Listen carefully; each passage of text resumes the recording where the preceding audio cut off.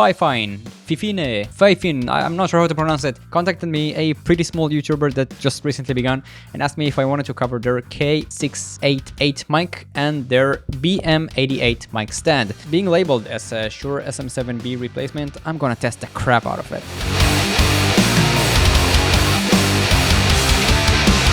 The box has a simplistic cardboard design with all the details printed on the box directly. Opening the box, you get a small instruction manual, the microphone itself that feels surprisingly light, a surrounding pop filter around the capsule, a 3.8 to 5.8 adapter, and a 2.5 meter USB-C to USB-A cable. Next is the stand. Inside we have contact info, instruction manual, a small box that contains the table clamp and the microphone clamp, and underneath we have the arm. It all feels quite robust and safe to use. I was kind of surprised though to see a white stand inside a black box, but I'm also kind of happy because it fits perfectly with my white table.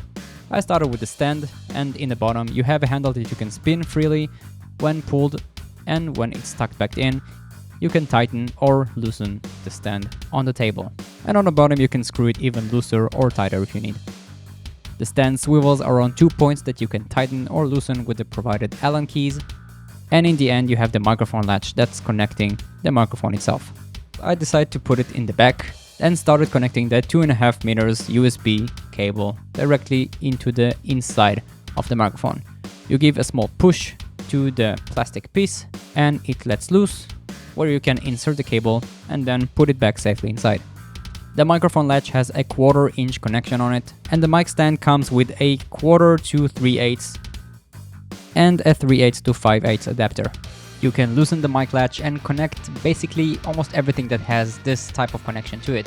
So webcams, different microphones, and phone stands all connect here without too many issues. And now let's talk about the mic. And this is how it sounds like. It's connected directly to the computer with a USB cable, and I also have the XLR connected back here as well. There is absolutely no processing on the microphone, and this is how it sounds directly out of the box. This is how it sounds with the USB, and this is how it sounds with the XLR. I have both of them connected and can control the output of this microphone simultaneously, which is pretty nice. On the bottom side of the microphone, or the top, depends on which direction you have it, you have a small button that allows you to mute it. And by pressing it, you can still hear it in the XLR. And having this mic on the table, I can say that it definitely fits well with my white desk. It's kind of simplistic in the design, and compared to other Fifine microphones, this one's going on a pretty simpler design, but because it's so lightweight, it kind of feels a bit weak, and I'm not really sure if it's as powerful and robust as the Shure SM7B, which is like lifting weights compared to this thing. Other than that, the build quality seems to be pretty stable. Everything here is made out of metal, including the casing of the microphone, though it feels a bit plastic, and you can't really hear how it sounds like unless you connect the cable from the back of your headphones. Check, check. This is the one. Test, test, test, test, test. Check, check. 1, 2. Okay, I can hear myself pretty well. It's turned up all the way, and only now I can really hear myself well. And as for the microphone itself, if you can tap it, you can hear some resonance frequencies going through. It's not bad because usually you're not supposed to touch the mic while you're talking, but if you're moving a lot with your hands and you might bump into it, be aware that some noises are going to go through. There is a shock mount protector that's supposed to capture all the noises coming through. So if, for example, I'm tapping on the desk or the stand, for example, so everything that is not connected directly to the microphone, so if I'm moving the cable, for example, tapping it, because it's so lightweight, it's capturing all the vibration a lot more easy than something like a Shure SM7B would. Being a dynamic microphone, this has a cardioid polar pattern, which means that it's capturing everything in front of it.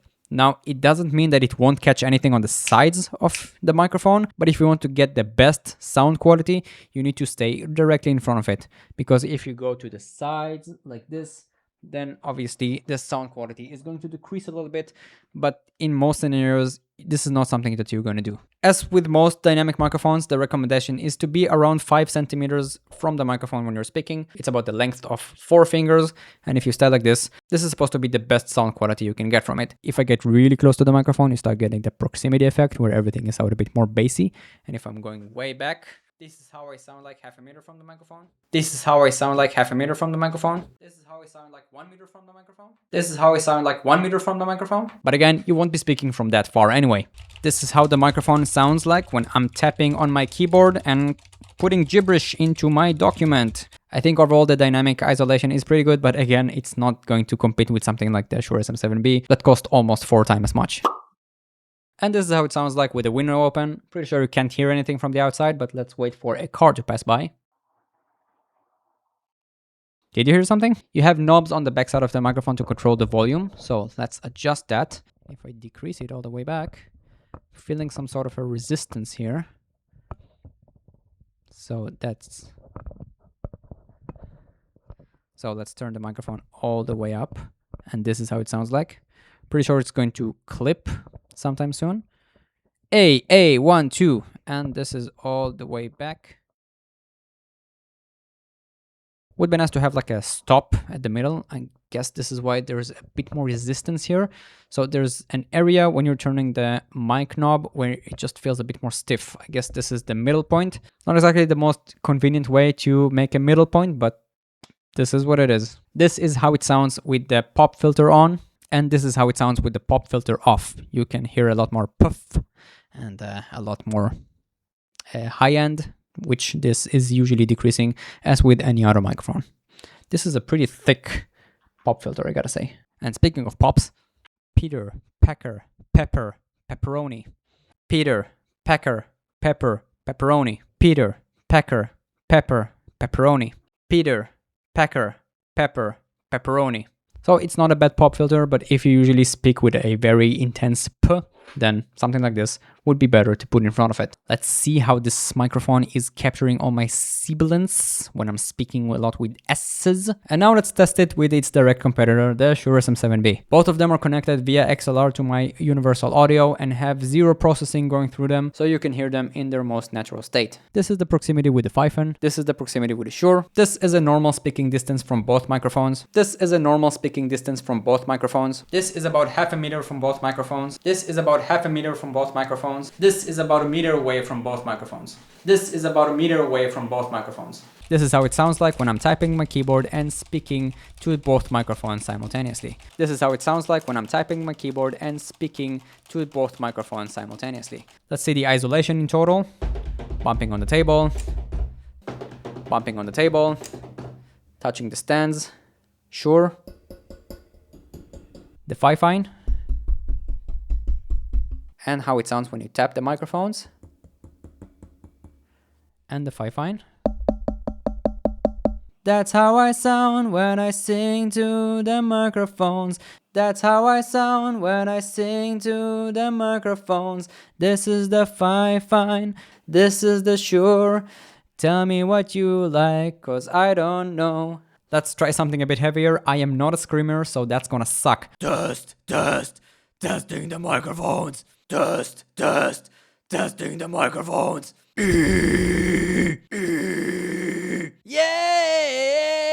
Yay! Now let's try with an acoustic guitar.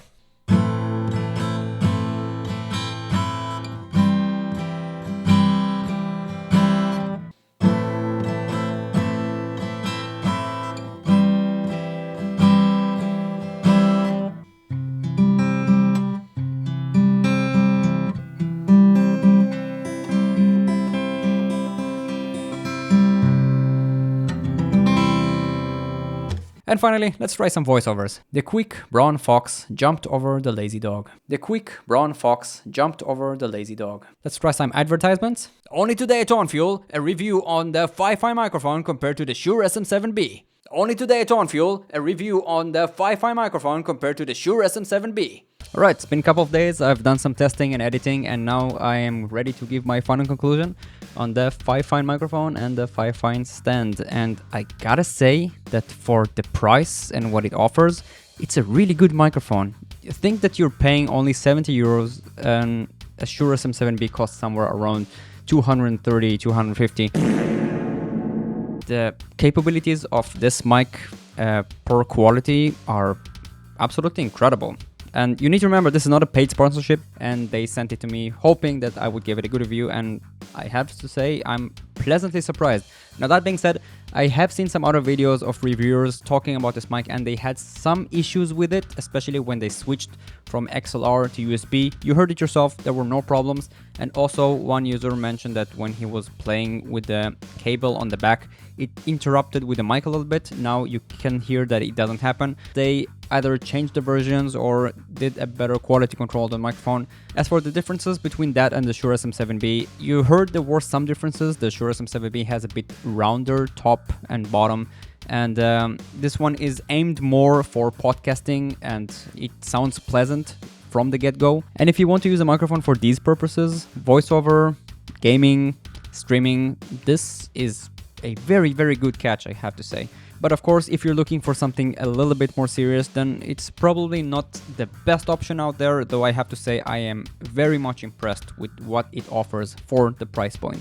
I do wonder if this quality is going to last for many years to come, but because this is a pretty cheap microphone, you can never know.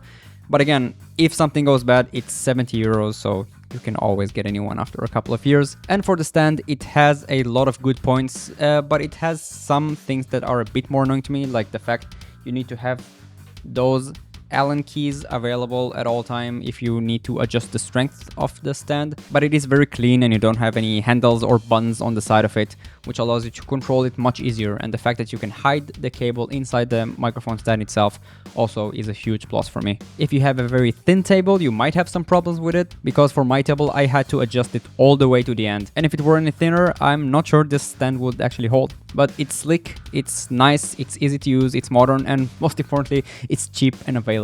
And compared to another stand I got really cheap from Amazon, this is, I think, doing a little bit better. It doesn't have springs, annoying handles, and overall I feel like the quality is a little bit better. I don't know how much I would trust it with a heavier microphone, because all the connections are feeling a little bit cheap, but for this one, it works really well. So the Fifine K688 and the BM88 stand. What do you think?